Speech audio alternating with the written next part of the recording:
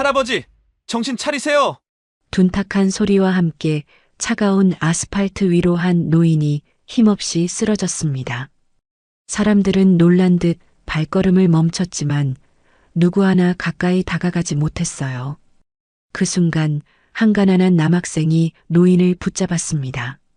그리고는 자신의 전 재산이었던 15,000원을 꺼내 주저없이 택시를 잡았습니다. 그때까지만 해도 이 학생은 알 수 없었어요. 이 쓰러진 노인이 어떤 사람인지, 그리고 앞으로 자신의 인생이 어떻게 뒤바뀌게 되는지를요. 도대체 이 학생에게 어떤 일이 생긴 걸까요? 사연 시작 전 구독과 좋아요를 눌러주시면 이 따뜻함을 더 많은 분들과 나눌 수 있습니다. 더불어 지금 어디서 듣고 계신지 댓글로 알려주시면 그곳으로 행운이 가득 깃들기를 바라겠습니다. 서울 도심의 저녁 6시, 퇴근길 인파로 북적이는 거리는 여느 때와 다름없이 바쁘게 돌아가고 있었습니다.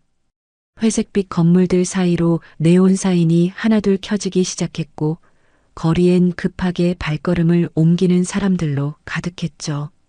바로 그때 횡단보도 앞에서 한 노인이 갑자기 비틀거리더니 그대로 바닥에 쓰러졌습니다. 쿵 하는 둔탁한 소리와 함께 노인의 몸이 차가운 아스팔트 위로 무너져 내렸어요.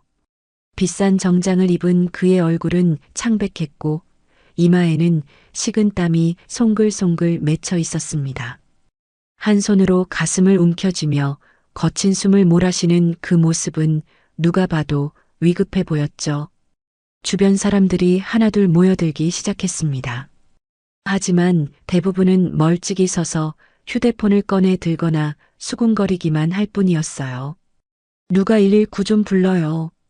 한 아주머니가 소리쳤지만 정작 본인도 발만 동동 구르고 있었습니다.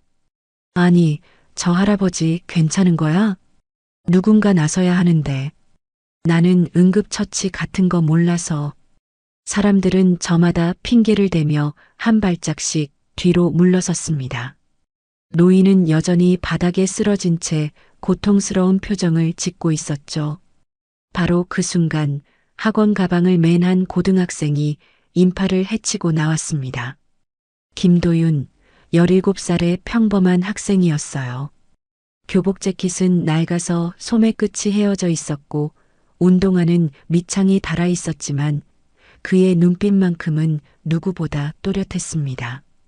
도윤은 망설임 없이 노인 곁으로 달려가 무릎을 꿇었습니다. 할아버지, 할아버지, 제 말 들리세요? 노인의 어깨를 조심스럽게 흔들며 의식을 확인했어요. 다행히 노인이 희미하게 눈을 떴지만 제대로 된 대답은 하지 못했습니다. 도윤은 재빨리 노인의 맥박을 짚어보고 호흡을 확인했죠. 학교에서 배운 응급처치 수업이 떠올랐습니다. 지금 병원에 가셔야 해요. 누가 119 불렀어요? 도윤이 주변을 둘러보며 물었지만 사람들은 서로 눈치만 볼 뿐이었습니다. 한 청년이 머뭇거리며 대답했어요. 아까 누가 부른다고 했는데 구급차가 언제 올지 모르잖아요. 퇴근 시간이라 길도 막히고. 도윤은 순간 결단을 내렸습니다. 주머니를 뒤져 지갑을 꺼냈어요. 15,700원, 이번 주 용돈의 마지막 남은 현금이었어요. 순간 멈칫하던 도윤은 이내 벌떡 일어나 도로 쪽으로 뛰어갔습니다. 마침 신호에 걸려 서 있던 택시를 발견하고 필사적으로 손을 흔들었어요. 기사님, 여기요, 여기.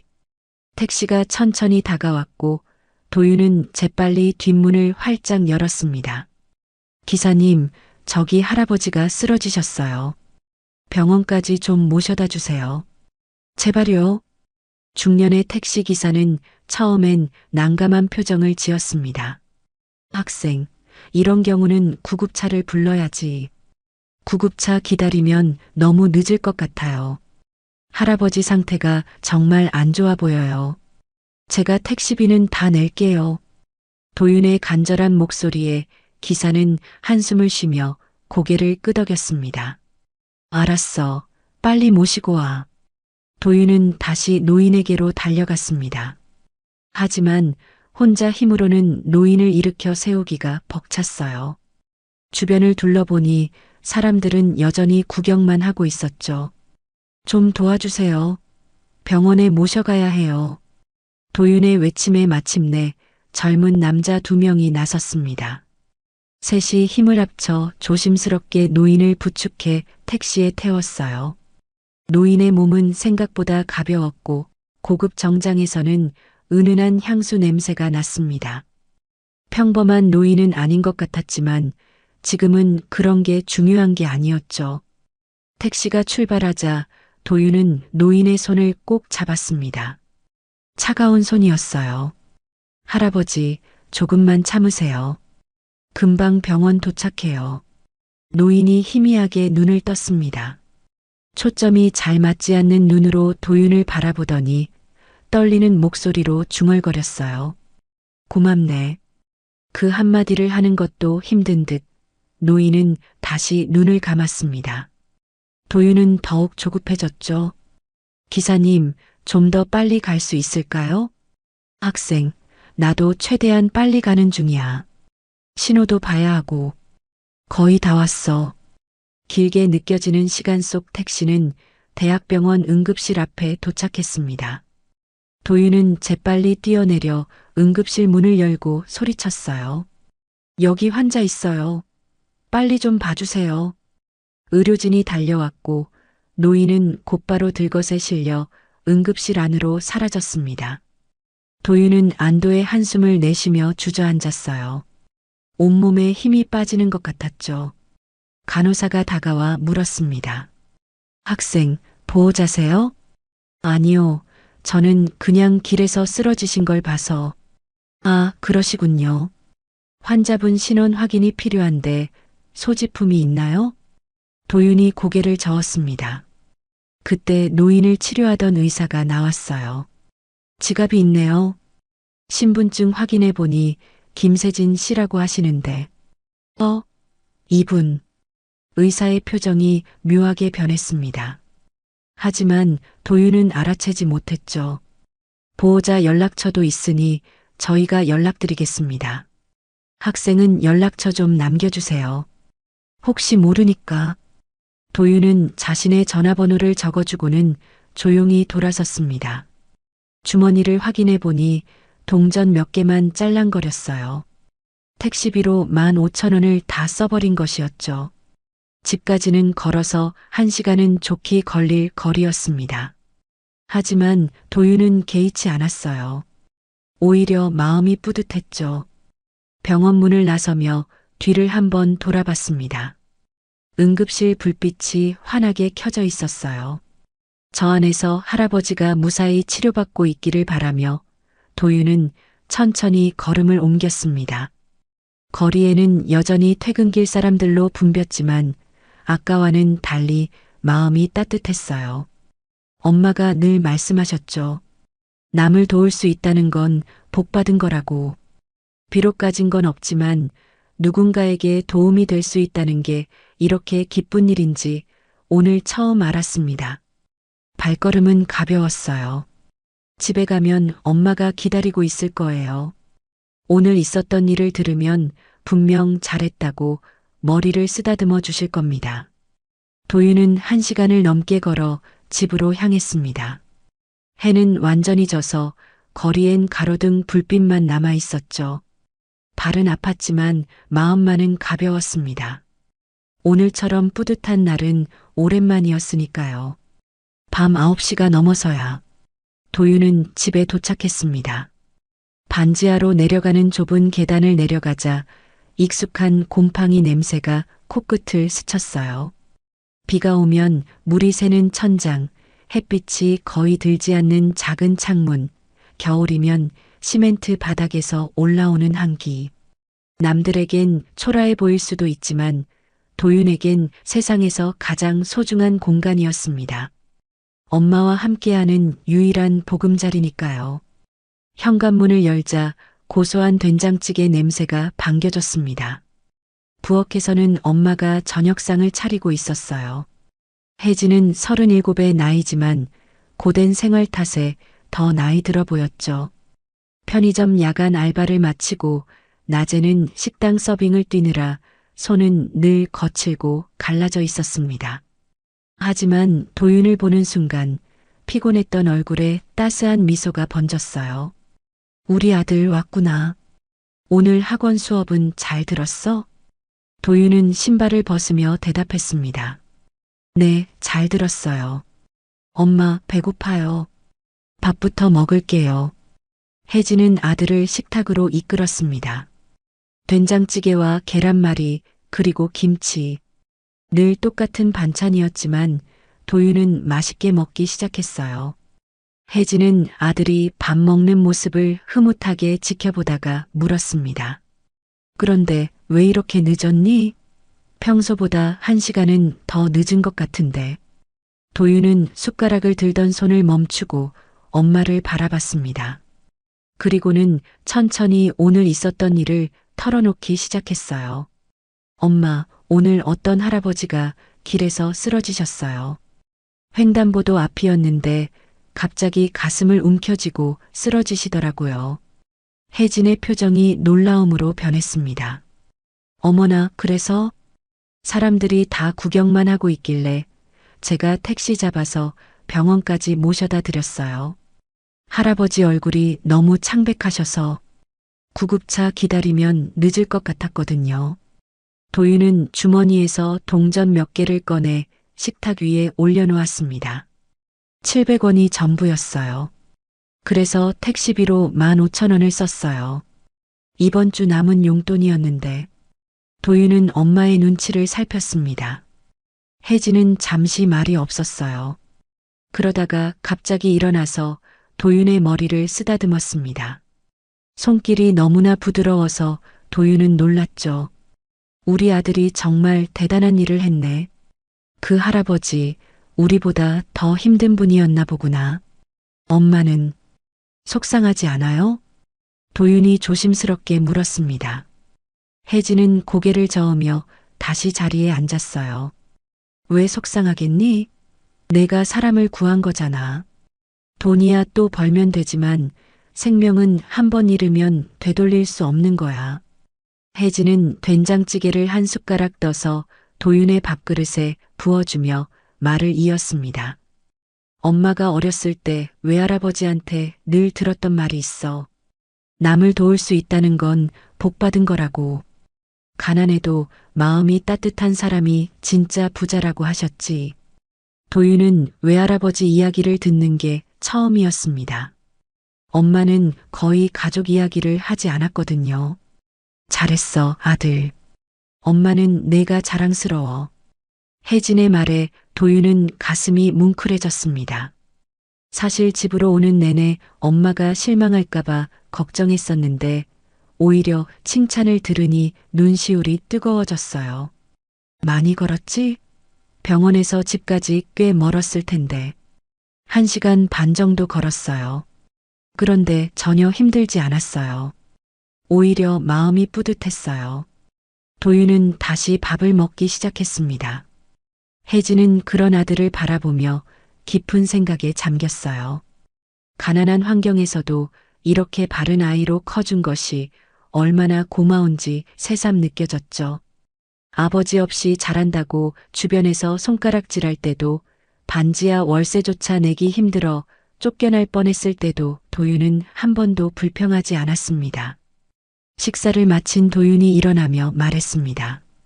제가 설거지할게요. 엄마는 쉬어요.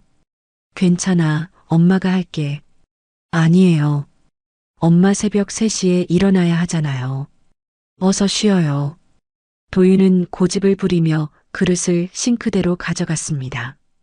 작은 부엌에서 설거지하는 아들의 뒷모습을 보며 혜진은 마음이 아팠어요. 17살 친구들과 놀러 다니고 싶을 나이인데 늘 집안일을 돕고 공부에만 매달리는 아들이 안쓰러웠습니다. 설거지를 마친 도윤은 방으로 들어가 책상 앞에 앉았습니다. 벽에는 의대 진학 목표가 적힌 종이가 붙어 있었어요. 의사가 되어서 엄마를 편하게 해드리고 싶다는 도윤의 꿈이었죠. 그날 밤 혜진은 잠이 오지 않았습니다. 도윤이 잠든 후 살며시 일어나 아들의 방문 앞에 섰어요. 문틈 사이로 보이는 아들의 잠든 얼굴이 너무나 어려 보였습니다. 혜진은 거실로 나와 작은 통장을 꺼냈어요. 매달 조금씩 모은 비상금이 들어있는 통장이었죠. 사실 도윤의 대학 등록금을 위해 모은 돈이었지만 내일 아침에 10,000원이라도 아들 주머니에 넣어줘야겠다고 생각했습니다. 용돈도 없이 학교에 가는 건 너무 서글픈 일이니까요. 새벽 2시 반, 혜진은 알람이 울리기 전에 눈을 떴습니다. 조용히 일어나 세수를 하고 출근 준비를 했어요. 현관을 나서기 전 식탁 위에 짧은 메모를 남겼습니다. 우리 아들, 오늘도 힘내. 엄마가 사랑해. 그리고 도윤의 가방 옆에 10,000원짜리 지폐 한 장을 살짝 놓아두었어요. 적어도 점심값과 간식값 정도는 되겠죠. 문을 나서는 혜진의 발걸음은 무거웠지만 마음은 따뜻했습니다. 어제 아들이 보여준 선한 마음을 생각하니 가슴이 벅차올랐어요. 가난하지만 마음만은 누구보다 부유한 아들을 둔 것이 얼마나 큰 축복인지 다시 한번 깨달았습니다. 차가운 새벽 공기가 얼굴을 스쳤지만 혜진은 씩씩하게 걸었어요. 편의점까지는 20분 거리. 오늘도 긴 하루가 시작되겠지만 아들을 위해서라면 못할 게 없었습니다. 동쪽 하늘이 조금씩 밝아오기 시작했어요. 어둠이 걷히고 새로운 날이 밝아오고 있었죠. 혜진은 문득 생각했습니다. 어제 도윤이 구한 그 노인은 지금쯤 어떻게 되었을까? 무사히 회복하셨기를 바라며 혜진은 발걸음을 재촉했습니다. 다음 날 아침 7시 반, 도윤은 평소처럼 학교로 향했습니다. 엄마가 놓고 간 10,000원을 발견했을 때 가슴이 뭉클했지만 그 돈은 다시 통장에 넣어두고 집을 나섰어요. 엄마가 얼마나 힘들게 번 돈인지 알기에 함부로 쓸 수가 없었습니다. 학교까지는 도보로 20분. 아침 햇살이 따스하게 내리쬐는 평범한 등굣길이었죠. 그런데 학교 정문에 가까워지자 뭔가 이상한 분위기가 감지됐습니다. 학생들이 웅성거리며 교문 쪽을 바라보고 있었어요. 야, 저거 봐. 벤츠 아니야? 우와, 진짜 비싸 보인다. 누구 차지? 우리 학교에 저런 차 타고 오는 애가 있었나? 도윤도 호기심에 고개를 들어 앞을 바라봤습니다. 교문 바로 앞에 검은색 대형 벤츠가 서 있었어요. 번쩍거리는 차체와 짙게 썬팅된 유리창이 위압감을 풍겼죠. 평범한 공립고등학교 앞에는 어울리지 않는 차였습니다. 도윤이 그냥 지나치려는 순간 벤츠의 뒷문이 열렸습니다. 그리고 정장을 입은 중년 남자가 내렸어요. 50대 정도로 보이는 그 남자는 회색 정장에 넥타이를 메고 있었고 한 손에는 고급스러운 서류 가방을 들고 있었습니다. 누가 봐도 높은 직책의 사람처럼 보였죠. 남자는 주변을 둘러보더니 도윤을 발견하고는 곧장 다가왔습니다. 도윤은 당황해서 발걸음을 멈췄어요. 설마 자신을 찾아온 건가 싶어서 불안한 마음이 들었죠. 김도윤 학생 맞습니까? 남자의 목소리는 정중하면서도 단호했습니다. 도윤은 고개를 끄덕였어요. 네, 맞는데요. 누구시죠? 남자는 명함을 꺼내 도윤에게 건넸습니다. 거기엔 미래그룹 비서실장 박정호라고 적혀 있었어요. 미래그룹이라면 누구나 아는 대기업이었죠. 도윤은 더욱 당황스러웠습니다. 어제 저희 회장님을 병원까지 모셔주신 학생이시죠? 회장님께서 꼭 감사 인사를 전하라고 하셨습니다. 도윤은 그제야 어제 그 노인이 대기업 회장이었다는 걸 알았습니다. 순간 머릿속이 하얘졌어요. 길에서 쓰러진 평범한 할아버지인 줄만 알았는데 이렇게 큰 인물이었다니. 박정호는 서류 가방을 열어 봉투 하나를 꺼냈습니다. 두툼한 봉투였어요. 회장님께서 감사의 표시로 이것을 전해드리라고 하셨습니다. 어제 택시비도 있고 무엇보다 생명의 은인에게 드리는 작은 성이라고 생각해 주시면 됩니다. 도윤은 봉투를 보고 고개를 저었습니다. 주변 학생들이 모두 지켜보고 있다는 걸 의식하면서도 단호하게 거절했어요. 감사하지만 받을 수 없습니다. 저는 당연히 해야 할 일을 했을 뿐이에요. 박정호의 눈썹이 올라갔습니다. 의외라는 표정이었죠. 학생, 이건 정당한 보상입니다. 회장님께서 직접 지시하신 일이고요. 죄송하지만 저는 대가를 바라고 한 일이 아닙니다. 누구든 그 상황에서는 그렇게 했을 거예요. 도윤의 목소리는 떨렸지만 확고했습니다. 박정호는 당황한 기색을 보였어요. 아마 이런 거절은 예상하지 못했나 봅니다. 학생, 이건 단순한 돈이 아닙니다. 회장님의 진심이 담긴. 비서실장님, 정말 감사한 마음은 알겠습니다. 하지만 저는 그날 할아버지를 도운 것에 대해 후회하지 않아요. 보상이 없어도 말이죠. 그리고 도윤은 잠시 말을 멈추고 주변을 둘러봤습니다. 학생들이 휴대폰을 들고 촬영하고 있는 게 보였어요. 불편한 마음이 들었지만 해야 할 말은 해야 했습니다. 저희 엄마가 늘 말씀하시거든요. 남을 도울 때는 오른손이 한 일을 왼손이 모르게 하라고. 이렇게 많은 사람들 앞에서 보상을 받는 건 더더욱 아닌 것 같아요. 박정호는 한동안 도윤을 바라봤습니다. 그의 눈빛에는 놀라움과 함께 존경의 빛이 스쳐 지나갔어요. 이런 학생은 처음이었던 것 같았죠. 알겠습니다. 학생의 뜻을 회장님께 그대로 전하겠습니다. 하지만 박정호는 주머니에서 작은 카드를 꺼냈습니다. 이건 제 연락처입니다. 혹시라도 도움이 필요하면 언제든 연락 주세요. 이건 보상이 아니라 한 어른이 훌륭한 학생에게 주는 약속이라고 생각해 주시면 좋겠습니다. 도윤은 잠시 망설이다가 명함은 받았습니다. 거절하기엔 너무 진심 어린 눈빛이었거든요. 감사합니다. 그럼 저는 수업이 있어서. 네, 들어가세요. 그리고 학생. 박정호가 돌아서려던 도윤을 불렀습니다. 회장님께서 꼭 한번 뵙고 싶어 하십니다. 부담 갖지 말고 시간 날 때 연락 주세요. 도윤은 고개를 끄덕이고 교문 안으로 들어갔습니다.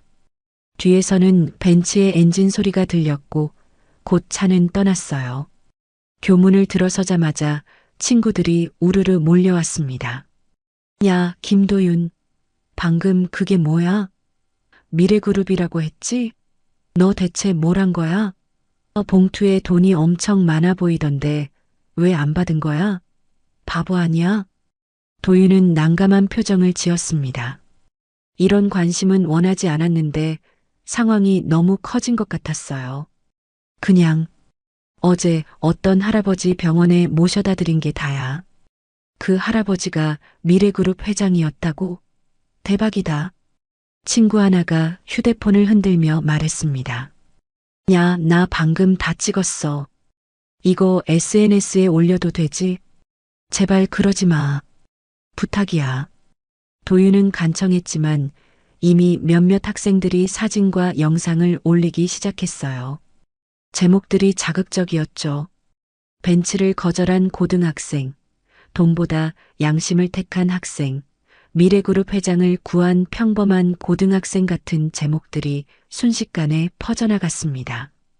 첫 교시 수업 시간, 도윤은 선생님의 말씀에 집중하려 했지만 쉽지 않았어요.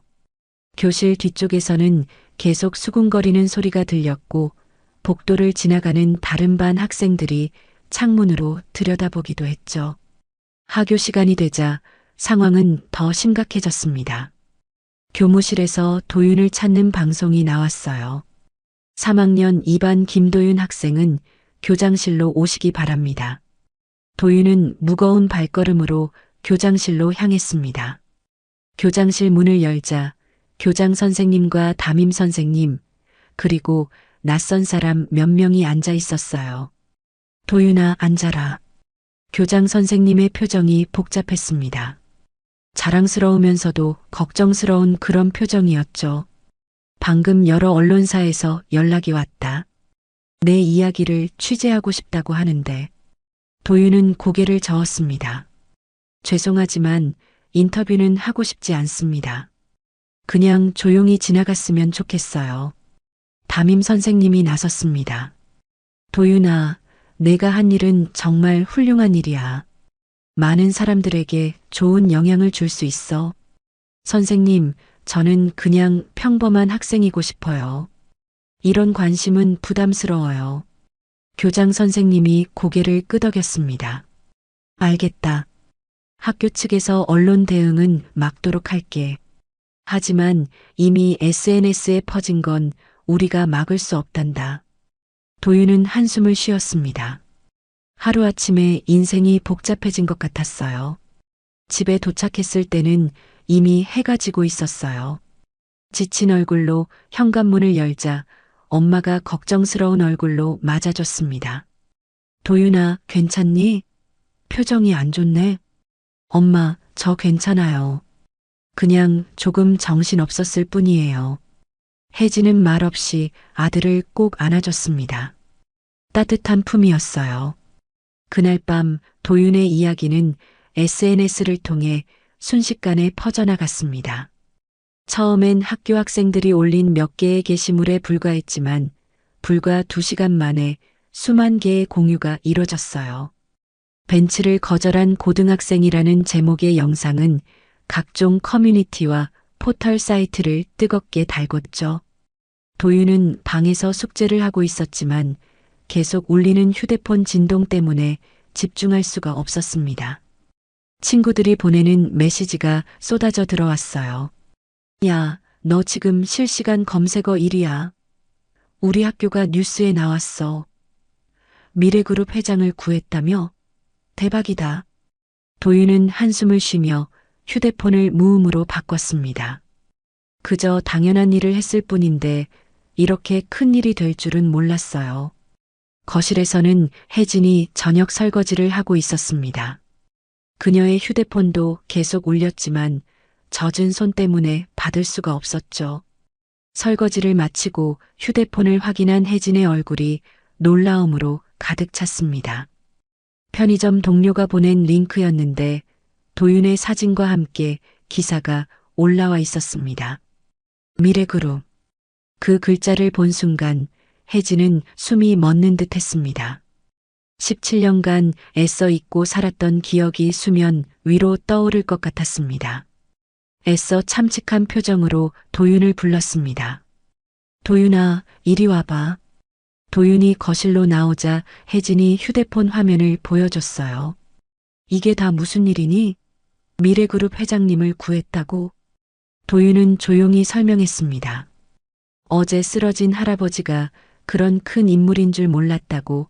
오늘 학교에 비서실장이 찾아왔지만 보상을 거절했다고. 혜진은 아들의 머리를 쓰다듬었어요. 손끝이 차갑게 떨렸지만 아들에게는 따뜻한 온기가 전해지기를 바라면서요. 옳은 일을 했어. 하지만 이렇게 주목받는 건 부담스럽겠구나. 그녀의 말 속에는 단순한 걱정 이상의 의미가 담겨 있었습니다. 하지만 그땐 그 의미를 도윤은 알지 못했죠. 한편 서울 한남동의 대저택에서 김세진 회장은 서재에 홀로 앉아 있었습니다. 책상 위에는 태블릿이 놓여 있었고 화면에는 도윤의 사진이 떠 있었어요. 교문 앞에서 봉투를 거절하는 장면이 선명하게 찍혀 있었죠. 이런 아이가 아직도 있다니. 세진은 깊은 감동을 받았습니다. 요즘 시대에 이런 순수한 마음을 가진 젊은이를 만나기란 쉽지 않았거든요. 그는 비서실장 박정호를 불렀어요. 그 학생에 대해 더 자세히 알아봐 주게. 네, 회장님. 이미 조사 중입니다. 박정호는 서류 하나를 건넸습니다. 거기엔 도윤의 기본적인 정보가 적혀 있었어요. 성적 우수, 품행 단정, 그리고 한부모 가정, 어머니와 단둘이 산다고. 세진의 눈빛이 변했습니다. 서류를 더 자세히 들여다봤어요. 어머니 성함이 김혜진? 순간 세진의 얼굴이 창백해졌습니다. 떨리는 손으로 안경을 벗었다가 다시 썼어요. 박정호는 회장의 이상한 반응을 눈치챘지만 아무 말도 하지 않았죠. 혹시 나이가 어떻게 되나? 37살이라고 나와 있습니다. 세진은 의자에 깊이 기대며 눈을 감았습니다. 머릿속으로 계산을 했어요. 37살 김혜진. 설마 하는 생각이 들었지만 너무나 흔한 이름이라 확신할 수는 없었죠. 그 학생 아버지는 기록상으로는 없습니다. 출생신고에 어머니만 등재되어 있다고. 세진의 손이 더욱 떨렸습니다. 가슴 한쪽이 무너지는 것 같았어요. 그날 밤 세진은 한숨도 잠을 자지 못했습니다. 서재를 왔다 갔다 하며 깊은 고민에 빠졌어요. 혹시 그 혜진이 맞다면, 자신이 17년 전에 버린 딸이 맞다면, 그럼 도윤은? 다음 날 아침 세진은 박정우를 다시 불렀습니다. 그 김혜진 씨에 대해 더 자세히 조사해 주게. 사진도 구해보고. 알겠습니다, 회장님. 박정우가 나간 후 세진은 서재의 어둠 속에서 눈을 감았습니다. 17년 전 그날의 기억이 생생하게 떠올랐어요. 2008년 겨울 서울의 한 호텔 라운지. 20살의 혜진이 떨리는 손으로 찻잔을 들고 있었습니다. 임신 3개월. 배는 아직 나오지 않았지만 그녀의 얼굴은 초췌했어요. 아버지, 저 아이를 낳고 싶어요. 혜진의 목소리는 간신히 들릴 정도로 작았습니다. 세진의 얼굴이 붉게 달아올랐어요. 미쳤구나. 그 남자는 어디 있는데? 떠났어요. 책임질 수 없다고. 혜진의 눈에서 눈물이 흘렀습니다. 대학 선배라던 그 남자. 사랑한다고 속삭이더니 임신 소식을 듣자마자 미국으로 유학을 떠나버렸죠. 그런 쓰레기 같은 놈의 아이를 낳겠다고? 우리 집안 망신을 다 시킬 셈이야? 세진의 목소리가 라운지 전체에 울렸습니다. 주변 사람들이 쳐다봤지만 그는 아랑곳하지 않았어요. 아버지, 이 아이는 죄가 없어요.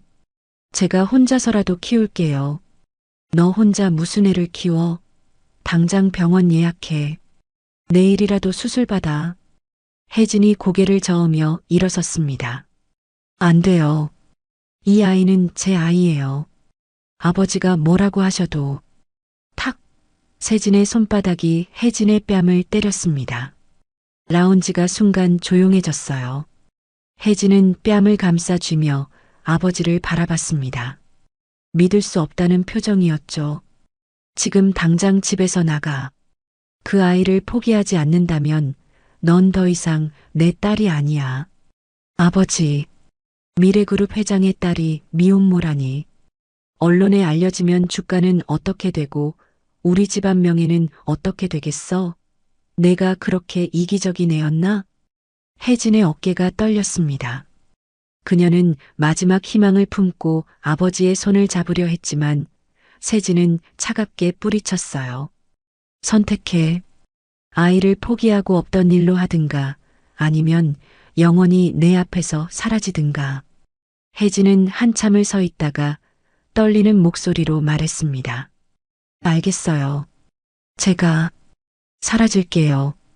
그녀는 돌아서서 걸어갔습니다. 뒤돌아보지 않고 고든 걸음으로. 세진은 딸이 돌아올 거라 생각했어요. 며칠이면 정신을 차리고 돌아와서 용서를 구할 거라고. 하지만 혜진은 돌아오지 않았습니다. 아이가 태어났다는 소식을 들은 건 그의 여름이었습니다. 아들이라고 했어요. 하지만 세진은 모른 척했습니다. 회사 일에 파묻혀 지냈고 딸의 존재를 지우려 애썼죠. 그 무렵 인터넷에서는 도윤에 대한 관심이 더욱 뜨거워지고 있었습니다. 각종 언론사에서 취재 경쟁이 붙었고 네티즌들의 댓글도 쏟아졌어요. 요즘 보기 드문 개념 청년이네요. 돈보다 양심을 택하다니 대단합니다. 부모님이 정말 잘 키우셨나 봐요. 학교에서도 도윤은 갑작스러운 유명세에 당황하고 있었습니다. 쉬는 시간마다 다른 반 학생들이 구경 오고 선생님들도 칭찬을 아끼지 않았어요. 하지만 도윤은 그저 평범한 일상으로 돌아가고 싶을 뿐이었죠. 점심시간 도윤은 옥상으로 올라갔습니다. 조용히 혼자 있고 싶었거든요. 그런데 거기서 뜻밖의 사람을 만났어요. 같은 반 친구 지수였습니다. 너도 숨으러 왔구나. 지수가 웃으며 말했어요. 응, 너무 정신없어서. 근데 진짜 대단하다. 나라면 그 돈 받았을 텐데. 도윤은 쓴웃음을 지었습니다. 엄마가 늘 말씀하시거든. 떳떳하게 사는 게 제일 중요하다고. 그 시각 미래그룹 본사 회장실에서 세진은 박정우가 가져온 사진을 보고 있었습니다. 편의점 CCTV에 찍힌 혜진의 모습이었어요. 많이 야위고 힘들어 보였지만 분명 자신의 딸이 맞았습니다. 확실하네. 그 김혜진이 내 딸이구나. 세진의 목소리가 떨렸어요. 박정우는 놀란 표정을 감추지 못했죠. 그럼 김도윤 학생은 내 외손자야. 세진은 의자에 무너지듯 앉았습니다. 자신을 구해준 그 아이가 자신이 버린 딸의 아들이었다니. 운명의 장난이라기엔 너무나 잔인한 현실이었어요. 내가 무슨 짓을 한 거지. 세진의 눈에서 눈물이 흘러내렸습니다. 17년 동안 가슴 한구석에 묻어두었던 죄책감이 한꺼번에 밀려왔어요. 회장님, 어떻게 하시겠습니까? 박정우가 조심스럽게 물었습니다. 세진은 한참을 망설이다가 입을 열었어요. 당장 만나러 가야겠네. 하지만 회장님, 너무 갑작스러우면 더 이상 미룰 수 없어. 이미 17년을 미뤘잖아. 세진은 일어서려다가 다시 주저앉았습니다. 용기가 나지 않았어요. 자신이 그토록 매정하게 버린 딸을 어떤 얼굴로 만난단 말인가. 그날 저녁 세진은 박정우와 함께 도윤의 집 근처까지 갔습니다. 하지만 차에서 내릴 용기가 나지 않았어요. 반지하 창문으로 새어나오는 불빛을 한참 동안 바라보다가 결국 돌아섰습니다. 아직은 준비가 안 됐어. 세진은 스스로에게 변명하듯 중얼거렸어요. 하지만 마음 한구석에서는 알고 있었죠. 아무리 준비를 해도 용서받기는 어려울 거라는 걸. 하지만 며칠의 시간이 흐른 후 김세진 회장은 더 이상 미룰 수 없다고 결심했어요. 매일 밤 악몽에 시달렸고 낮에는 죄책감에 짓눌려 숨도 제대로 쉴 수 없었습니다. 17년 전에 버린 딸, 그리고 자신을 구해준 외손자. 이 잔인한 운명의 장난 앞에서 그는 무너져 내리고 있었죠. 오후 4시 세진은 운전기사도 없이 혼자 차를 몰고 도윤의 집으로 향했습니다. 비서실장 박정우가 조사해온 주소를 내비게이션에 입력하고 떨리는 손으로 핸들을 잡았어요. 강남의 번화가를 벗어나 점점 외곽으로 나가자 풍경이 달라지기 시작했습니다. 높은 빌딩들이 사라지고 낡은 다세대 주택들이 나타났죠. 목적지에 가까워질수록 세진의 가슴은 더욱 빠르게 뛰었습니다. 골목길로 들어서자 더욱 충격적인 광경이 펼쳐졌어요. 좁고 어두운 골목, 벽에는 곰팡이 자국이 가득했고 쓰레기 봉투들이 여기저기 쌓여 있었습니다. 여기가 혜진이가 사는 곳이란 말인가. 세진은 차에서 내려 천천히 걸었습니다. 반지하로 내려가는 계단을 발견했을 때 그의 다리가 멈췄어요. 계단 입구에는 녹슨 철문이 있었고 우편함에는 김혜진이라는 이름이 희미하게 적혀 있었습니다. 세진은 계단을 한 칸 한 칸 내려갔습니다. 발걸음이 무거웠어요. 17년이라는 세월의 무게가 어깨를 짓누르는 것 같았죠. 반지하 문 앞에 섰을 때 그는 한참을 망설였습니다. 문을 두드릴 용기가 나지 않았어요. 그때 안에서 발소리가 들렸습니다. 문이 열리고 혜진이 나타났어요. 순간 시간이 멈춘 것 같았습니다. 세진은 딸의 모습을 보는 순간 숨이 막혔어요. 17년 전 그 예쁘고 발랄했던 딸은 온데간데 없었습니다. 야위고 초췌한 얼굴, 거칠어진 손, 낡은 옷차림. 무엇보다 그녀의 눈에서 생기가 사라져 있었어요. 혜진도 충격을 받긴 마찬가지였습니다. 문 앞에 선 사람이 자신의 아버지라는 걸 알아보는 데는 1초도 걸리지 않았어요. 하지만 믿을 수가 없었죠. 17년 동안 단 한 번도 찾아오지 않았던 아버지가 눈앞에 있었던 거예요. 혜진이냐? 세진의 목소리가 떨렸습니다. 그 한마디를 하는데도 온 힘을 다해야 했어요. 아버지. 혜진의 목소리도 떨렸지만 차가웠습니다. 17년 동안 쌓인 원망과 서러움이 그 한마디에 담겨 있었죠. 세진은 더 이상 견딜 수가 없었습니다. 그 자리에 무릎을 꿇었어요. 72살의 대기업 회장이 반지하 문턱 앞에서 무너져 내렸습니다. 미안하다.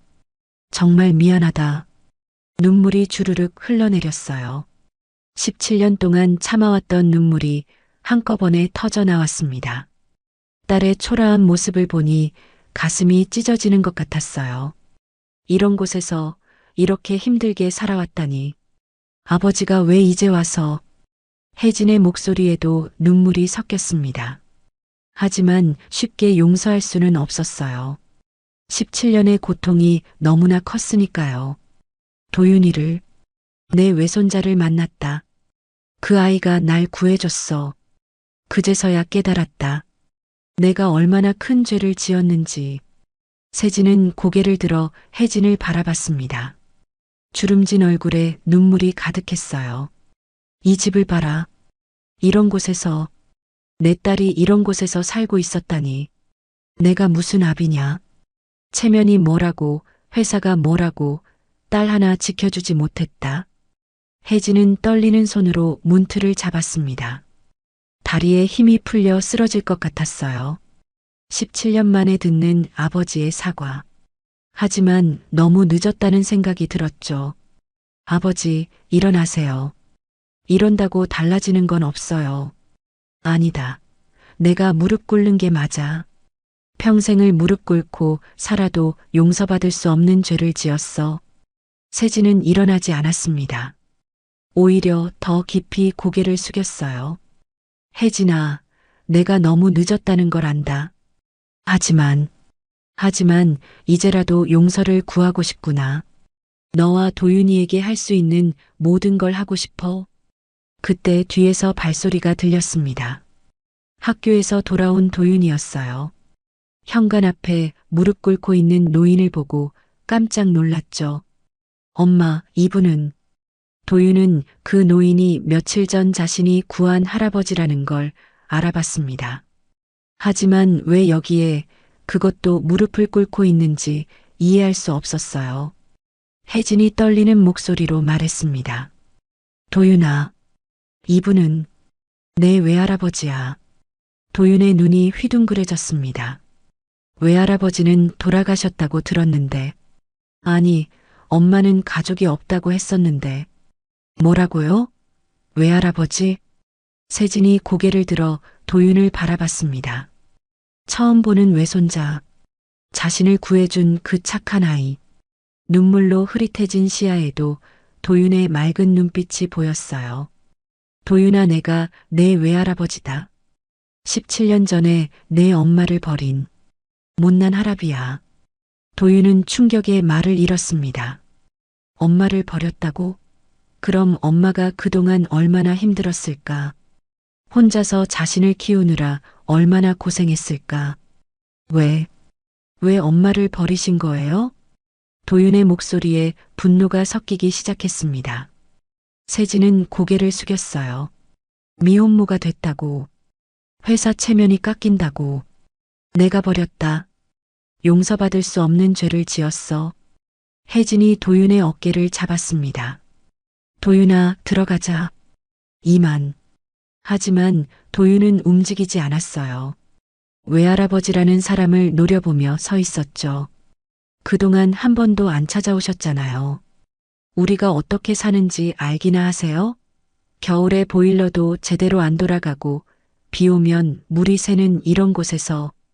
도윤의 목소리가 떨렸습니다. 엄마를 위한 분노였어요. 이제야 알았다. 내가 얼마나 큰 죄를 지었는지. 세진은 다시 울음을 터뜨렸습니다. 72년 인생에서 이렇게 처절하게 운 적은 없었어요. 혜진도 더 이상 눈물을 참을 수 없었습니다. 17년 동안 가슴속에 묻어둔 서러움이 한꺼번에 터져나왔어요. 아버지가 절 버렸을 때 저는 20살이었어요. 아무것도 할 줄 모르는 20살이었다고요. 그런데 혼자서 아이를 낳고 키워야 했어요. 얼마나 무서웠는지 아세요? 혜진의 목소리가 높아졌습니다. 17년 만에 터뜨리는 절규였죠. 편의점 알바로 하루 16시간씩 일했어요. 아이 분유값 벌려고, 기저귀값 벌려고. 그런데 아버지는 어디 계셨어요? 세진은 아무 대답도 할 수 없었습니다. 딸의 말 한마디 한마디가 비수처럼 가슴에 꽂혔어요. 이제 와서 뭘 어쩌자는 거예요? 용서를 구하면 17년이 없던 일이 되나요? 아버지를 바라봤습니다. 이제 와서 무슨 소용이에요? 아버지가 버린 건 저예요. 그런데 피해본 건 제 아들이에요. 혜진의 목소리는 떨렸지만 단호했습니다. 그녀는 현관문을 잡았어요. 돌아가세요. 우리는 아버지 없이도 잘 살아왔어요. 쾅! 문이 닫혔습니다. 세진은 닫힌 문 앞에 멍하니 서 있었어요. 발걸음이 떨어지지 않았죠. 한참을 그 자리에 서 있다가 천천히 돌아섰습니다. 그날 밤 혜진은 도윤과 저녁을 먹으며 조용히 말했습니다. 도윤아, 오늘 놀랐지? 도윤은 숟가락을 멈췄습니다. 왜 지금까지? 엄마가 20살 때, 내가 뱃속에 있을 때 날 버리셨어. 미혼모는 집안 망신이라고. 혜진의 눈가가 붉어졌습니다. 오래된 상처가 다시 쓰라렸어요. 그래도 어렸을 때는 좋은 아버지였어. 엄마가 넘어지면 업어주시고 아프면 밤새 간호해주시고. 혜진은 잠시 추억에 잠겼습니다. 어린 시절 아버지는 세상에서 가장 든든한 존재였어요. 하지만 그 아버지가 가장 힘들 때 등을 돌렸죠. 다음 날 세진은 또 찾아왔습니다. 이번엔 아침 일찍이었어요. 혜진이 출근하려고 나오다가 계단 앞에 서 있는 아버지와 마주쳤습니다. 혜진아, 말씀드렸잖아요. 오지 마세요. 혜진이 지나가려 하자 세진이 무릎을 꿇었습니다. 미안하다. 정말 미안하다. 내가 죽을 죄를 지었다. 지나가던 이웃들이 쳐다봤지만 세진은 개의치 않았어요. 일어나세요. 이러신다고 달라지는 건 없어요. 혜진은 차갑게 말하고 발걸음을 재촉했습니다. 하지만 마음 한구석이 흔들리는 건 어쩔 수 없었어요. 72세의 아버지가 무릎 꿇는 모습이 안쓰러웠던 것도 사실이었죠. 그날 오후 학교에서 돌아온 도윤은 또다시 외할아버지를 마주쳤습니다. 계단 앞에 앉아 있는 세진의 모습이 초라해 보였어요. 도윤아, 할아버지가 정말 미안하다. 저한테 미안할 필요 없어요. 외할아버지가 버린 건 엄마잖아요. 엄마한테 사과하세요. 도윤의 목소리는 차가웠지만 눈빛은 복잡했습니다. 세진의 어깨가 무너져 내렸습니다. 외손자의 말 한마디 한마디가 칼날처럼 아팠어요. 맞다. 다 내 잘못이다. 용서받을 자격도 없어. 도윤은 할아버지를 남겨두고 집으로 들어갔습니다. 하지만 창문 너머로 계속 밖을 내다봤어요. 할아버지는 해가 질 때까지 그 자리에 앉아 있었죠. 저녁 혜진이 퇴근하고 돌아왔을 때도 세진은 여전히 그 자리에 있었습니다. 아직도 계신 거예요? 혜진아, 나는 포기하지 않을 거야. 왜 이제 와서요? 혜진의 목소리에 서러움이 묻어났습니다. 그때는 체면과 회사가 더 중요했어. 바보같이 돈과 명예가 딸보다 중요하다고 생각했지. 세진의 눈에서 눈물이 흘렀습니다.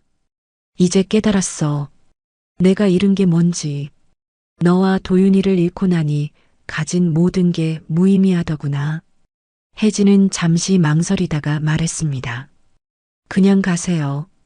저도 흔들리고 싶지 않아요. 그녀는 돌아서서 집으로 들어갔습니다. 문이 닫히는 소리가 유난히 크게 들렸어요. 그날 밤 도윤은 엄마에게 물었습니다. 엄마, 외할아버지가 정말 나쁜 사람이에요? 혜진은 한참을 생각하다가 대답했습니다. 나쁜 사람은 아니야. 그냥 그때 잘못된 선택을 한 거지. 엄마도 어렸을 때는 아버지를 정말 사랑했어. 세상에서 제일 좋은 아빠였거든. 그럼 용서해 줄 수 없어요? 도윤아, 17년이야. 내가 태어나서 지금까지의 모든 시간 동안 외할아버지는 우리를 모른 척했어. 그게 쉽게 용서가 될까? 도윤은 고개를 끄덕였습니다. 하지만 마음 한편으로는 외할아버지가 불쌍하기도 했어요. 다음 날도 그 다음 날도 세진은 계속 찾아왔습니다. 비가 오는 날엔 우산도 없이 서 있었고 추운 날엔 떨면서도 자리를 지켰어요. 일주일째 되는 날 도윤이 우산을 들고 나갔습니다. 할아버지, 이거라도 쓰세요. 세진은 놀란 눈으로 도윤을 바라봤습니다. 고맙다, 도윤아. 아직 용서한 건 아니에요. 그냥 이러다 쓰러지실까 봐서요. 도윤은 우산을 건네고 돌아서려다가 멈췄습니다. 엄마가 말했어요. 어렸을 때 외할아버지가 좋은 아빠였다고. 왜 변하신 거예요?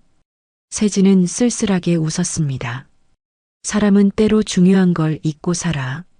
가족보다 성공이 중요하다고 착각하지.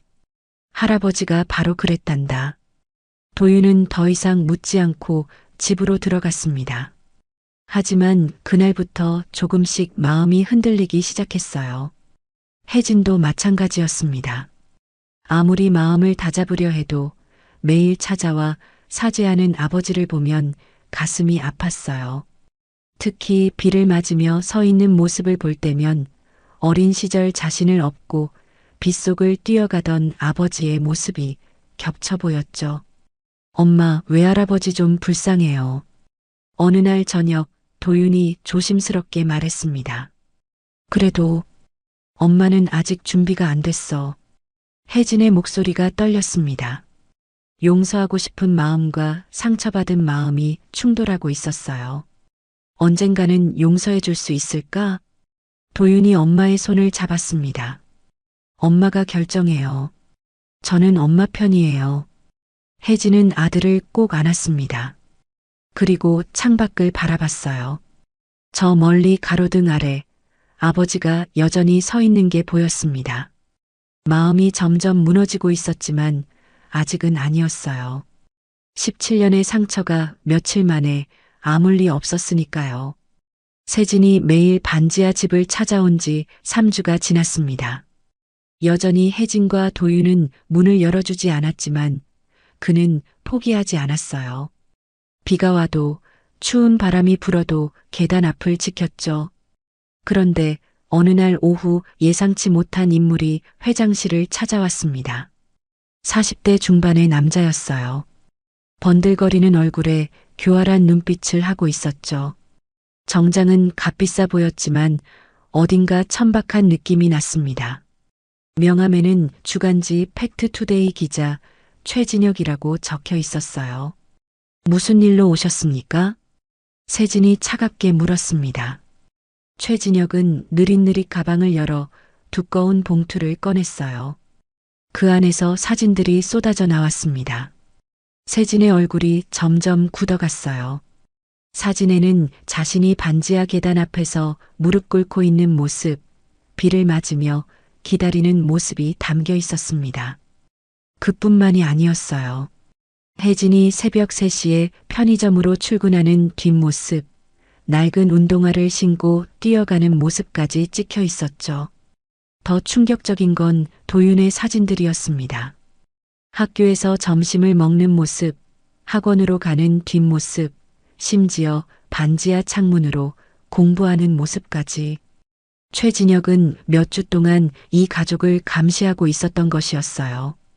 제가 취재를 하다 보니 아주 재미있는 사실을 발견했습니다.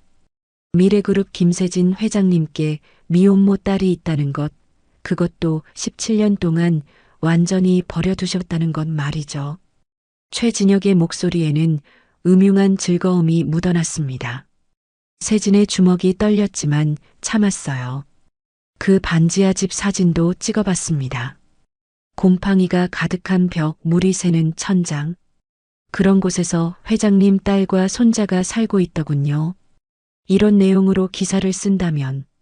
최진혁은 일부러 말을 멈추고 세진의 표정을 살폈습니다. 그리고는 태블릿을 꺼내 무언가를 보여줬어요. 이미 작성된 기사 초안이었죠. 제목이 자극적이었습니다. 미래그룹 회장의 숨겨진 비밀, 버려진 딸과 손자. 세진은 깊은 숨을 들이쉬었습니다. 이런 협박은 처음이 아니었지만 가족이 연관되니 더욱 분노가 치밀었어요. 원하는 게 뭡니까?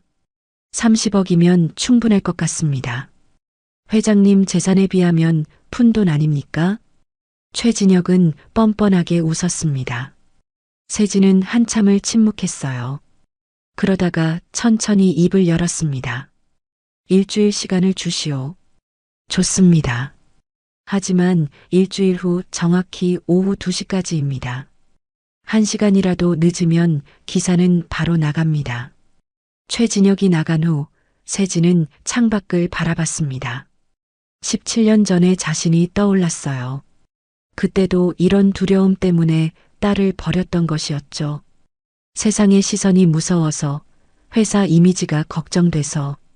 그날 저녁 세진은 여전히 반지하 집 앞에 갔습니다. 그런데 이상한 낌새를 느꼈어요. 골목 어귀에 낯선 차가 서 있었고 그 안에 누군가 앉아 있었죠. 최진혁의 부하인 것 같았습니다. 다음 날 혜진이 편의점에서 일하고 있을 때였어요. 낯선 남자가 들어와 주변을 서성거렸습니다. 물건을 사는 것도 아니고 그저 혜진을 관찰하는 듯 했죠. 혜진은 불안했지만 내색하지 않았어요. 뭘 찾으시나요? 남자는 아무 말 없이 나갔습니다. 하지만 유리문 밖에서 계속 서성거렸어요. 혜진의 손이 떨렸습니다.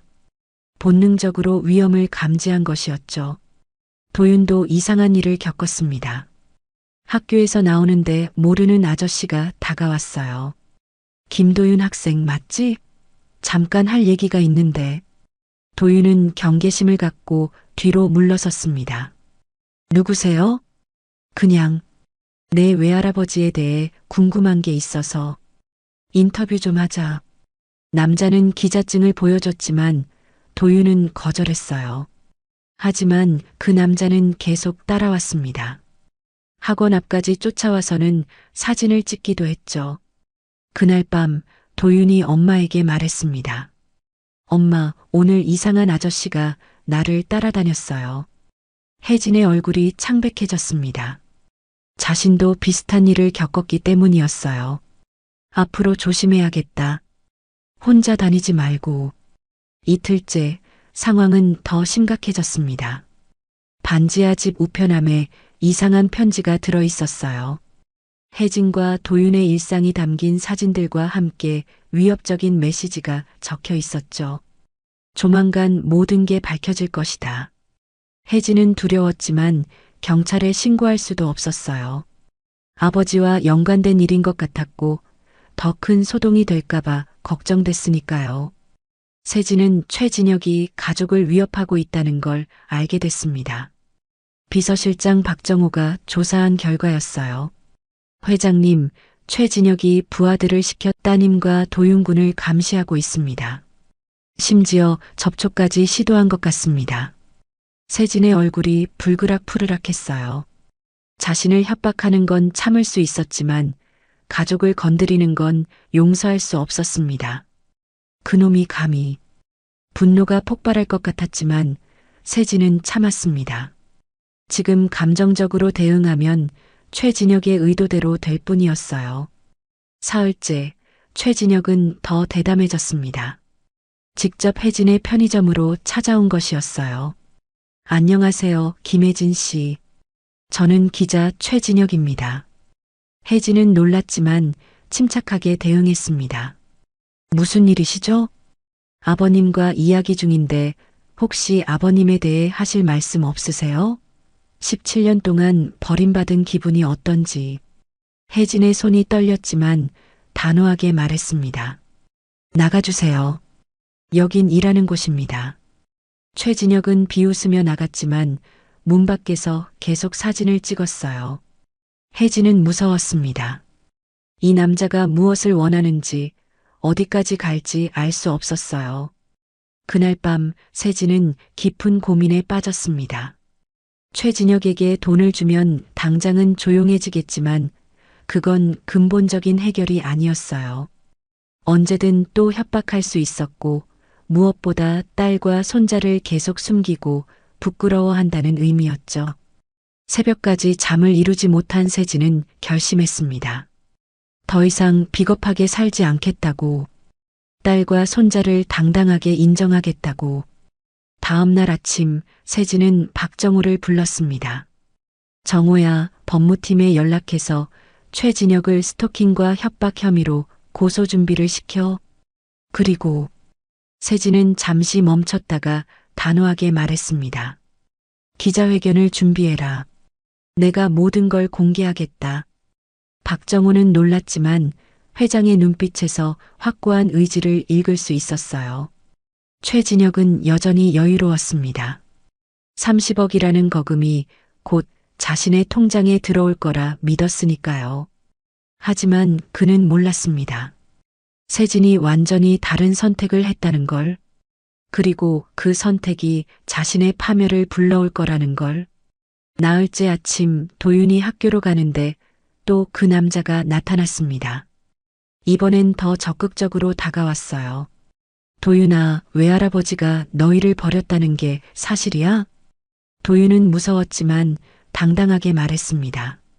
아저씨가 누군데 그런 걸 물어요? 계속 이러시면 경찰에 신고할 거예요. 남자는 비웃으며 사라졌지만 도윤은 불안했어요. 엄마도 위험할 수 있다는 생각이 들었죠. 그날 오후 세진은 마지막으로 반지하 집을 찾아갔습니다. 혜진이 문을 열어줬어요. 최근에 이상한 일들 때문에 불안했던 혜진은 아버지를 보자 복잡한 표정을 지었습니다. 아버지, 요즘 이상한 사람들이. 알고 있다. 미안하다, 나 때문에. 너희가 위험에 처했구나. 세진의 눈에는 결연함이 담겨 있었습니다. 곧 모든 게 끝날 거야. 더 이상 너희를 숨기지 않겠다. 당당하게 내 딸이고 내 손자라고 세상에 알리겠다. 혜진은 놀란 눈으로 아버지를 바라봤습니다. 세진은 딸의 어깨를 잡고 말했어요. 늦었지만 이제라도 제대로 된 아버지가 되고 싶구나. 그리고 약속한 일주일이 되었습니다. 미래그룹 본사 대강당은 수백 명의 기자로 가득 찼습니다. 모든 방송국 카메라가 단상을 향해 있었고 플래시가 쉴 새 없이 터졌어요. 김세진 회장이 긴급 기자회견을 연다는 소식에 언론계가 술렁거렸던 것이었죠. 세진은 검은 정장을 입고 단상에 올랐습니다. 평소에 위험 있는 모습과 달리 어딘가 초췌해 보였어요. 마이크 앞에 선 그는 깊은 숨을 들이쉬고 천천히 입을 열었습니다. 오늘 제가 이 자리에 선 이유는 저의 과거 잘못을 고백하고 용서를 구하기 위해서입니다. 기자들이 술렁거렸습니다. 대기업 회장이 공개적으로 잘못을 인정한다는 건 흔한 일이 아니었으니까요. 17년 전 저는 미혼모가 된 제 딸 김혜진을 버렸습니다. 체면과 회사 이미지를 핑계로 딸과 외손자를 외면했죠. 그것은 제 인생 최대의 과오였고 결코 용서받을 수 없는 죄였습니다. 강당이 순간 조용해졌습니다. 그리고 곧 플래시 세례가 쏟아졌어요. 세진은 눈을 감았다가 다시 떴습니다. 그의 눈에는 눈물이 맺혀 있었죠. 최근 한 언론인이 이 사실을 알고 저를 협박했습니다. 30억을 요구하며 제 가족을 스토킹하고 위협했죠. 하지만 그 일이 오히려 저를 깨닫게 했습니다. 제가 여전히 딸과 손자를 부끄러워하고 있었다는 걸요. 세진은 잠시 말을 멈추고 물을 한 모금 마셨습니다. 떨리는 손을 애써 감추려 했지만 쉽지 않았어요. 이제 당당하게 말씀드립니다. 김혜진은 제 딸입니다. 김도윤은 제 외손자입니다. 그들은 제가 버린 가족이지만 이제부터라도 제대로 된 아버지, 할아버지가 되고자 합니다. 기자 한 명이 손을 들었습니다. 그동안 왜 찾지 않으셨습니까? 세진은 쓸쓸하게 웃었어요. 겁쟁이였기 때문입니다. 돈과 명예에 눈이 멀어 가장 소중한 것을 잃어버렸죠. 17년이라는 시간을 되돌릴 순 없지만 이제부터라도 속죄하며 살겠습니다. 그는 서류 한 장을 들어보였습니다. 오늘부로 혜진 재단을 설립합니다.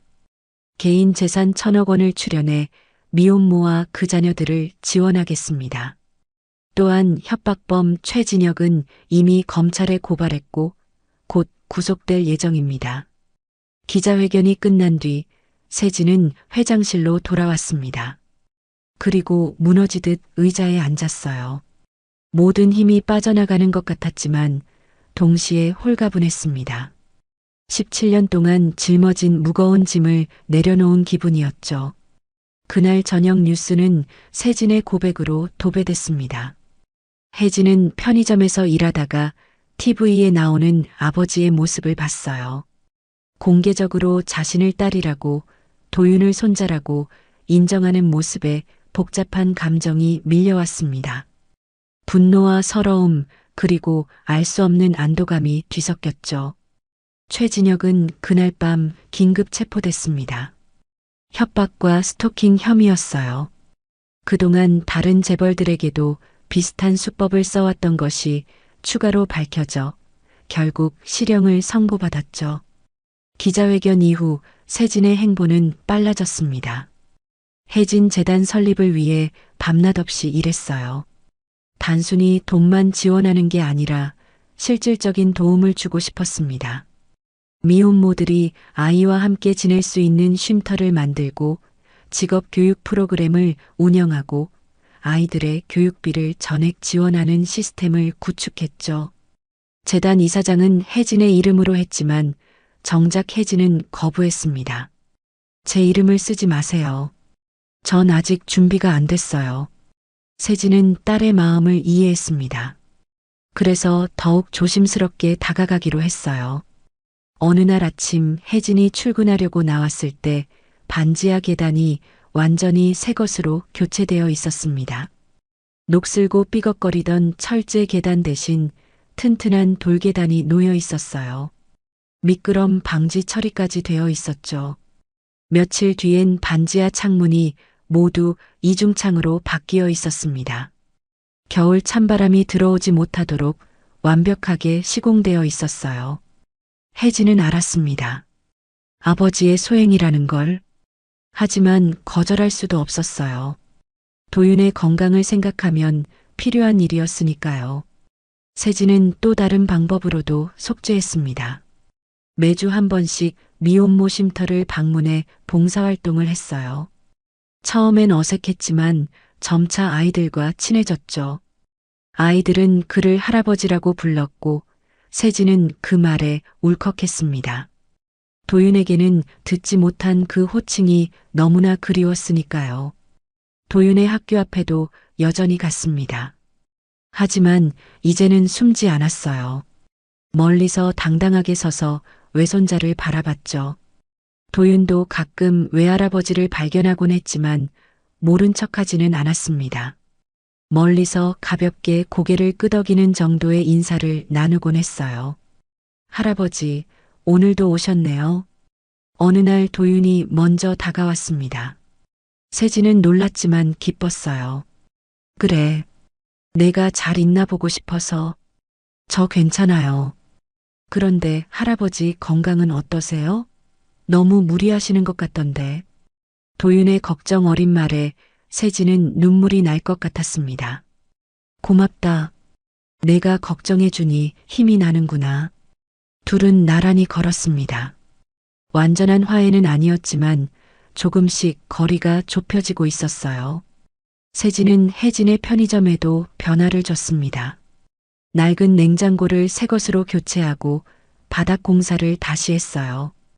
편의점 사장은 갑작스러운 시설 개선에 놀랐지만 건물주가 지시한 일이라며 받아들였죠. 세진이 그 건물을 통째로 매입한 것이었습니다. 혜진은 알았지만 내색하지 않았어요. 아버지가 자신을 위해 애쓰는 모습이 안쓰러우면서도 아직은 완전히 용서할 수 없었습니다. 17년의 상처는 그리 쉽게 아물 수 없었으니까요. 재단 설립 발표회가 열렸을 때 세진은 혜진과 도윤을 초대했습니다. 하지만 그들은 오지 않았어요. 대신 혜진은 짧은 편지를 보냈죠. 재단 설립을 축하합니다. 많은 사람들에게 도움이 될 것 같아요. 하지만 저는 아직 그 자리에 설 준비가 안 됐습니다. 이해해 주세요. 세진은 편지를 읽고 또 읽었습니다. 딸의 글씨체가 그리웠어요. 어린 시절 아빠에게 쓴 편지들이 떠올랐죠. 아빠 사랑해요라고 삐뚤빼뚤 적혀 있던 그 편지들. 발표회장에는 많은 미혼모들이 참석했습니다. 그들은 세진에게 감사 인사를 전했어요. 회장님 덕분에 희망이 생겼어요. 아이와 함께 살 수 있게 돼서 정말 감사합니다. 세진은 그들의 손을 잡으며 생각했습니다. 17년 전 자신의 딸도 이렇게 힘들었겠구나. 혼자서 아이를 키우며 얼마나 막막했을까. 제가 더 감사합니다. 늦었지만 이제라도 깨달을 수 있게 해주셔서. 세진의 진심 어린 모습에 많은 사람들이 감동했어요. 언론도 처음에 비판적 시각에서 벗어나 그의 노력을 인정하기 시작했죠. 학교에서 도윤은 친구들에게 둘러싸였습니다. 너희 외할아버지 정말 대단하시다. 1,000억을 기부하시다니 진짜 대인배시네. 도윤은 복잡한 심정이었어요. 외할아버지가 자랑스러우면서도 여전히 엄마를 버렸던 과거가 용서되지 않았습니다. 세진은 꾸준히 반지하 집을 찾아갔습니다. 이제는 매일이 아니라 이틀에 한 번 정도였지만 그 진심은 변하지 않았어요. 때로는 혜진이 좋아하던 떡을 사들고 가기도 하고 도윤이 필요할 만한 참고서를 문 앞에 놓고 가기도 했죠. 혜진은 창문 너머로 그런 아버지를 지켜봤습니다. 72살의 나이에 무거운 것들을 들고 와 조심스럽게 놓고 가는 모습이 짠했어요. 마음이 조금씩 움직이고 있었지만 아직은 아니었습니다. 상처가 너무 깊었으니까요. 비서실장 박정호의 전화가 울렸습니다. 응급실에서 걸려온 전화였어요. 김세진 회장이 또다시 쓰러졌다는 소식이었죠. 재단 설립 이후 쉴 새 없이 일하던 세진은 봉사활동을 마치고 돌아오던 길에 의식을 잃었습니다. 박정호는 망설임 끝에 혜진에게 전화를 걸었어요. 신호음이 길게 이어지다가 혜진의 목소리가 들렸습니다. 여보세요? 김혜진 씨, 비서실장 박정호입니다. 회장님이, 아버님이 쓰러지셨습니다. 전화기 너머로 숨을 들이키는 소리가 들렸어요. 혜진의 손이 떨렸지만 애써 침착하게 물었습니다. 지금 어디 계세요? 서울대병원 응급실입니다. 상태가 좋지 않으십니다. 혜진은 전화를 끊고 한참을 서 있었어요. 17년 동안 자신을 버린 아버지. 최근 들어 끊임없이 사죄하던 그 사람이 쓰러졌다는 소식에 마음이 복잡했습니다. 가지 말아야 한다고 생각하면서도 발걸음은 이미 도윤의 방으로 향하고 있었죠. 도윤아, 외할아버지가 병원에 계셔. 도윤은 책을 덮고 엄마를 바라봤습니다. 혜진의 얼굴에서 망설임과 걱정을 동시에 읽을 수 있었어요. 가봐야 하지 않을까요? 도윤의 말에 혜진은 고개를 끄덕였습니다. 두 사람은 서둘러 택시를 잡아타고 병원으로 향했어요. 병원 응급실은 차가운 형광등 불빛으로 가득했습니다. 소독약 냄새가 코를 찔렀고 복도에는 불안한 표정의 사람들이 오가고 있었죠. 혜진과 도윤은 안내 데스크에서 병실을 확인하고 엘리베이터를 탔습니다. 중환자실 앞 복도는 더욱 조용했어요. 벽에 부딪혀 울리는 발소리만이 공간을 채웠죠. 멀리서 심전도 기계의 규칙적인 소리가 들려왔습니다. 삐, 삐, 삐. 그 소리가 두 사람의 긴장을 더욱 높였어요. 병실 문 앞에서 박정호가 기다리고 있었습니다. 그의 얼굴은 지쳐 보였어요. 오셨습니까? 회장님이 기다리고 계셨습니다. 혜진은 깊은 숨을 들이쉬고 병실 문을 열었습니다. 하얀 시트 위에 누워있는 아버지의 모습이 눈에 들어왔어요. 불과 몇 주 전까지 그렇게 열심히 뛰어다니던 사람이 맞나 싶을 정도로 야위고 창백했습니다. 세진의 팔에는 링거줄이 연결되어 있었고 산소 마스크가 얼굴을 덮고 있었어요. 눈은 감겨 있었지만 혜진과 도윤이 들어오는 기척에 천천히 눈을 떴습니다. 혜진아. 목소리는 너무나 작고 약했어요. 혜진은 침대 옆으로 다가갔습니다. 분노와 슬픔, 연민이 동시에 밀려왔죠. 17년의 원망이 아직 가슴에 남아 있었지만 이렇게 쓰러진 아버지를 보니 마음이 아팠습니다. 아버지. 그 한마디를 하는데 목이 메었어요. 혜진은 눈물을 겨우 삼켰습니다. 도윤도 외할아버지의 모습에 충격을 받았어요. 손발이 떨렸지만 용기를 내어 침대 가까이 다가갔습니다. 할아버지, 이렇게 그냥 가시면 더는 기회가 없잖아요. 도윤의 목소리가 떨렸습니다. 세진은 흐릿한 눈빛으로 외손자를 바라봤어요. 처음으로 이렇게 가까이에서 도윤을 보는 것 같았습니다. 자신을 구해준 그 착한 아이가 이제는 자신을 걱정하고 있었죠. 세진은 숨을 고르며 천천히 입을 열었습니다. 산소 마스크 때문에 목소리가 더욱 작게 들렸어요. 시간이 조금만 더 있다면 아비로서 할아버지로서 너희 옆에 있고 싶구나. 그 말에 혜진의 눈에서 눈물이 흘렀습니다. 더 이상 참을 수가 없었어요. 17년 동안 듣고 싶었던 말이었을까요? 아니면 이제야 들어도 너무 늦은 말이었을까요? 도윤은 할아버지의 손을 조심스럽게 잡았습니다. 주름지고 차가운 손이었지만 미세하게 떨리고 있었어요. 할아버지, 힘내세요. 아직 우리가 할 얘기가 많잖아요. 세진의 눈에서도 눈물이 흘렀습니다. 외손자가 처음으로 자신의 손을 잡아준 것이었어요. 그 따뜻한 손길이 너무나 고마웠습니다. 병실의 조명이 세 사람을 비췄어요. 창밖으로는 서울의 야경이 반짝이고 있었지만 병실 안은 고요했습니다. 심전도 소리와 산소 공급기의 작은 소음만이 들렸죠. 박정우가 조용히 들어와 말했습니다. 의사 선생님 말씀으로는 과로와 스트레스로 인한 것이라고 합니다. 절대 안정이 필요하다고. 혜진은 고개를 끄덕였어요. 그리고 아버지를 다시 바라봤습니다. 이렇게 약해진 모습을 보니 지난 몇 주 동안 얼마나 무리했는지 알 것 같았어요. 재단 설립, 봉사활동, 그리고 매일같이 자신들을 찾아온 것까지. 왜 이렇게 무리하셨어요? 혜진의 목소리에는 원망과 걱정이 섞여 있었습니다. 시간이 얼마 없을 것 같아서 72살이야. 언제까지 건강할지, 너희와 함께할 시간이 얼마나 남았을지. 세진의 말이 자꾸 끊어졌어요. 숨쉬기가 힘든 것 같았습니다. 그만 말씀하세요. 쉬셔야 해요. 혜진이 말렸지만 세진은 계속했습니다. 미안하다. 정말 미안하다. 내가 가장 힘들 때 내가 곁에 없었구나. 혜진은 아버지의 손을 잡았습니다. 차가운 손이었어요. 17년 만에 잡아보는 아버지의 손. 어린 시절엔 그렇게 크고 든든했던 손이 이제는 이렇게 작고 약해 보였습니다. 이제 그만하세요. 과거는 돌이킬 수 없잖아요. 도윤이 엄마와 외할아버지를 번갈아 봤습니다.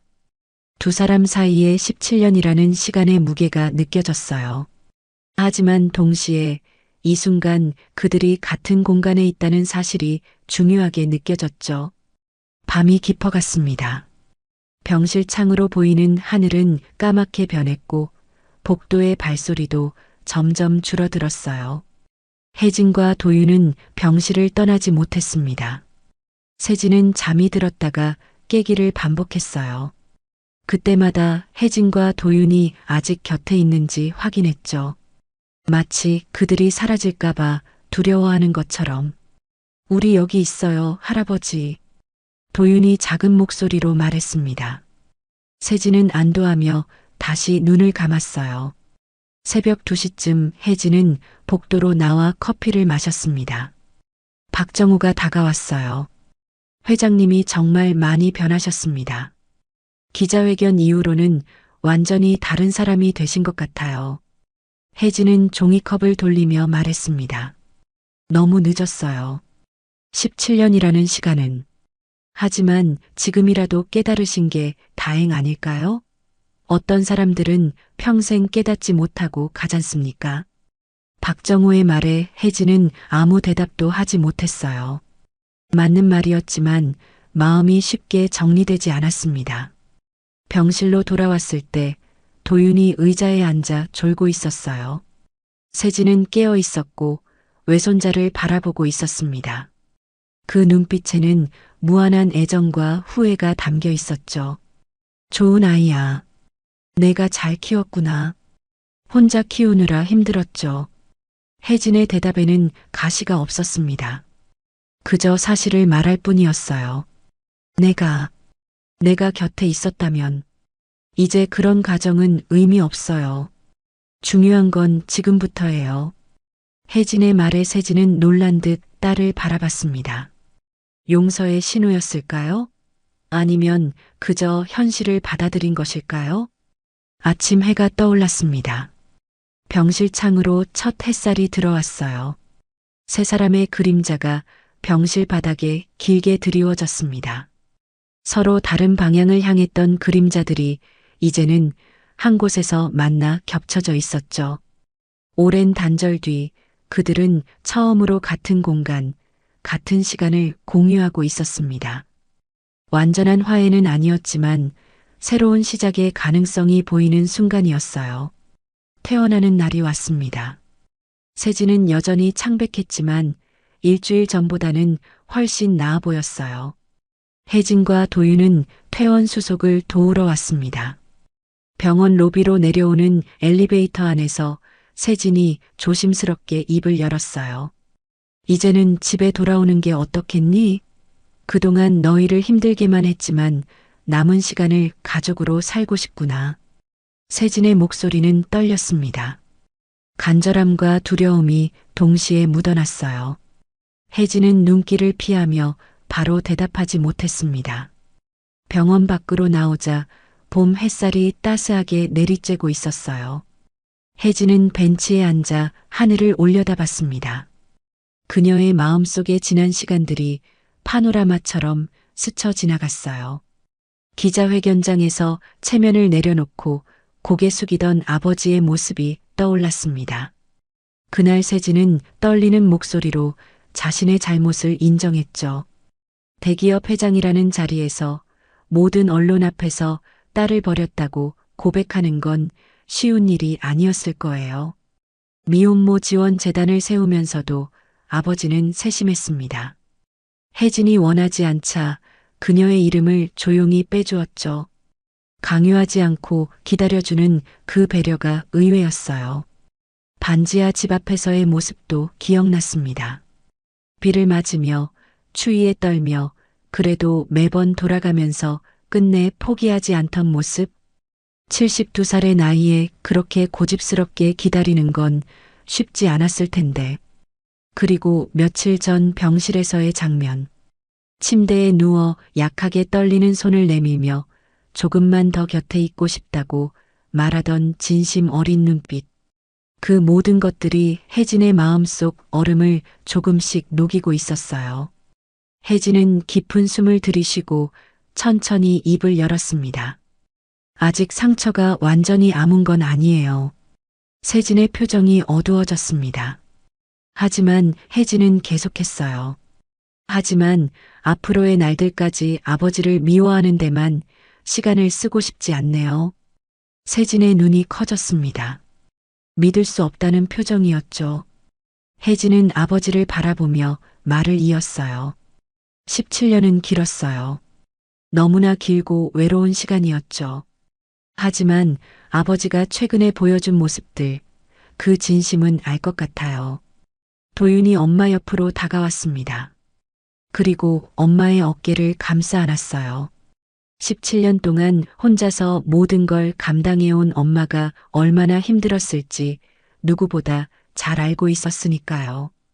그럼 우리 같이 살아봐요, 엄마. 도윤의 따뜻한 목소리에 혜진의 눈가가 촉촉해졌습니다. 아들의 품이 이렇게 든든할 줄 몰랐어요. 언제 이렇게 자란 걸까요? 세진은 울컥해서 고개만 끄덕였습니다. 목이 메어 말이 나오지 않았어요. 17년 만의 용서. 완전하지는 않지만 다시 시작할 수 있는 기회. 그것만으로도 너무나 감사했습니다. 고맙다. 정말 고맙다. 세진의 목소리가 떨렸어요. 눈물이 주름진 볼을 타고 흘러내렸습니다. 차는 천천히 한남동으로 향했습니다. 혜진과 도윤에게는 낯선 길이었어요. 반지하에서만 살아온 그들에게 강남의 고급 주택가는 다른 세상 같았죠. 하지만 이제 그곳이 그들의 새로운 집이 될 거였습니다. 대문이 천천히 열렸습니다. 넓은 정원과 큰 집이 눈에 들어왔어요. 혜진은 어린 시절 이곳에서 뛰놀던 기억이 어렴풋이 떠올랐습니다. 그때는 이 집이 영원한 보금자리일 줄 알았는데 17년 만에 돌아오게 될 줄은 몰랐죠. 현관문을 열고 들어서자 집안이 따뜻했습니다. 거실에는 이미 세 사람을 위한 식탁이 차려져 있었어요. 오랫동안 비어있던 자리에 새로운 식기가 놓여 있었죠.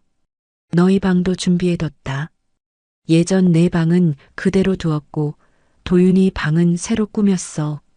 세진이 조심스럽게 말했습니다. 혜진은 계단을 올라 자신의 옛 방으로 갔어요. 문을 열자 시간이 멈춘 듯한 공간이 나타났습니다. 책상, 침대, 책장 모두 그대로였어요. 먼지 하나 없이 깨끗하게 관리되어 있었죠. 매일 청소했다. 언젠가 내가 돌아올 거라고. 아니, 돌아오길 바라면서. 세진의 목소리가 뒤에서 들렸습니다. 혜진은 책상 위에 액자를 들어 올렸어요. 고등학교 졸업식 사진이었죠. 아버지와 함께 찍은 마지막 사진. 그때는 행복했죠. 혜진의 목소리는 쓸쓸했지만 원망은 없었어요. 도윤은 자신의 새 방을 둘러봤습니다. 넓고 밝은 방에는 책상과 책장, 그리고 컴퓨터까지 준비되어 있었어요. 반지하의 좁은 방과는 천지 차이였죠. 할아버지, 이건 너무 과해요. 아니다. 이것도 부족해. 17년 동안 해주지 못한 게 너무 많아서. 세진의 말에 도윤은 더 이상 거절하지 않았습니다. 할아버지의 마음을 이해했으니까요. 저녁 시간이 되었습니다. 세 사람은 처음으로 한 식탁에 앉았어요. 따뜻한 된장찌개와 갈비찜, 그리고 여러 반찬들이 차려졌죠. 혜진이 반지하에서 해주던 소박한 밥상과는 달랐지만 마음은 똑같이 따뜻했습니다. 잘 먹겠습니다. 도윤이 밝게 인사했어요. 세진은 외손자가 밥 먹는 모습을 흐뭇하게 바라봤습니다. 이런 평범한 일상이 얼마나 소중한지 이제야 알았어요. 도윤아, 학교는 어떠니? 공부하는데 필요한 게 있으면 뭐든 말해라. 괜찮아요, 할아버지. 저 혼자서도 잘하고 있어요. 도윤의 당찬 모습에 세진은 웃었습니다. 역시 혜진이 잘 키웠구나 싶었어요. 식사를 마치고 거실에 앉았을 때 혜진이 입을 열었습니다. 아버지, 저는 계속 일을 하고 싶어요. 편의점이든 뭐든. 그럴 필요 없어. 이제는 편하게. 아니에요. 제 손으로 일하고 싶어요. 그게 제 삶이니까요. 혜진의 단호한 말에 세진은 고개를 끄덕였습니다. 딸의 자존심을 이해했으니까요. 밤이 깊어졌습니다. 도윤은 먼저 방으로 올라갔고 혜진과 세진은 거실에 남았어요. 창밖으로는 서울의 야경이 반짝였죠. 혜진아, 정말 미안하다. 그리고 고맙다. 이제 그만하세요. 계속 사과만 하실 건가요? 혜진이 작게 웃었습니다. 그 미소를 본 세진의 가슴이 뭉클했어요. 17년 만에 보는 딸의 진짜 미소였으니까요. 혜진은 창밖을 바라보며 마음속으로 말했습니다. 용서는 하루아침에 오지 않았다. 하지만 아버지가 흘린 시간과 진심을 기억하며 우리는 다시 가족이 되기로 했다. 세 사람의 그림자가 거실벽에 나란히 드리워졌습니다. 더 이상 따로가 아닌 함께였어요. 상처는 여전히 남아있지만 치유의 시간은 이제 시작이었습니다. 늦었지만 아직 늦지 않았습니다. 가족이라는 이름으로 다시 시작하는 것. 그것이 그들이 선택한 길이었어요. 따뜻한 조명이 세 사람을 감쌌습니다. 밖에서는 차가운 바람이 불었지만 집안은 포근했어요. 마치 17년의 긴 겨울이 끝나고 봄이 온 것처럼. 오늘의 이야기가 당신의 마음에 작은 울림을 드렸다면 앞으로도 당신의 나날에 잔잔한 위로가 될 이야기들로 찾아뵐 수 있도록 구독과 좋아요를 눌러주세요. 그리고 사연의 주인공을 위한 따뜻한 말씀도 댓글로 부탁드립니다. 당신의 한마디가 누군가에게는 잊지 못할 선물이 됩니다. 당신의 오늘을 늘 응원합니다. 인생 나날이었습니다.